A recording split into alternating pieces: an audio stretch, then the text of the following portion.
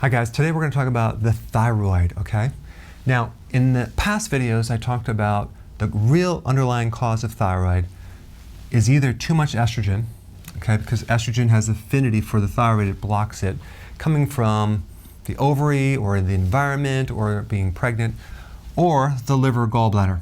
Let's say the liver's dysfunctional or the gallbladder's not working and you can't convert these hormones because T4 can't convert to T3 unless the liver and the gallbladder is really healthy. But I want to give you the basics first. Thyroid-stimulating hormone is made by the pituitary gland in your brain, and it's sent down to the thyroid to basically tell the thyroid to make its hormones.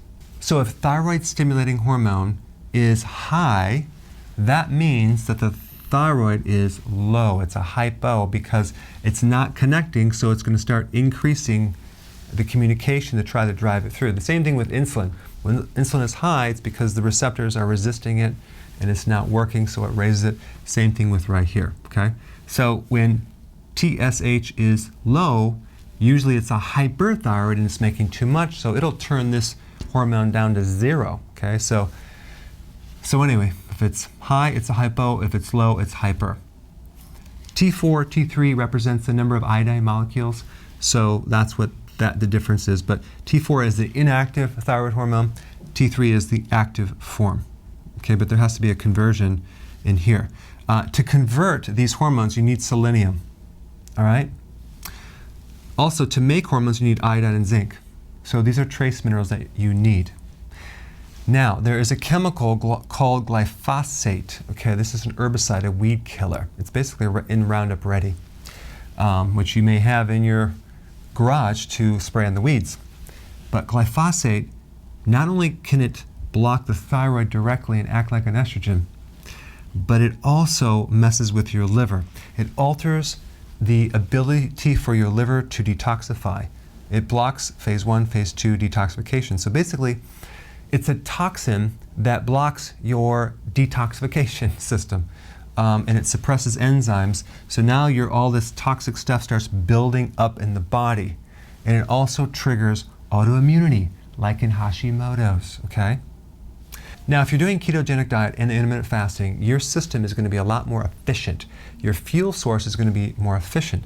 So the need for thyroid hormones is going to be less and less and less. So you may find that your thyroid hormones go from a high normal to a low normal. That's fine. As long as it's normal, it's totally fine because you're not demanding as many thyroid hormones, okay? Because the thyroid hormones are involved in the metabolism.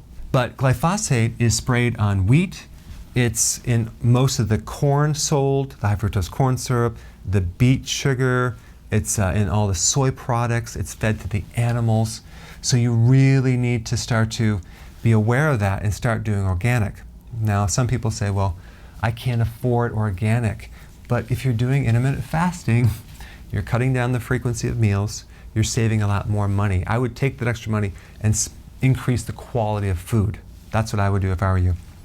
Cruciferous vegetables, very important in increasing the ability for the liver to detoxify, okay? That's why cruciferous vegetables are good for the thyroid as long as you're taking sea kelp or more iodine from a natural source, okay? The other thing, selenium is very, very important too in the detoxification of the liver as well, and that's probably why it's used to help the conversions. So I just wanted to create this video to bring up your awareness and convince you to really start getting in more organic foods so we can avoid this thing right here. Thanks for watching. Hey, if you haven't already subscribed, press the button below and I will keep you in the know. Hey, that rhymes.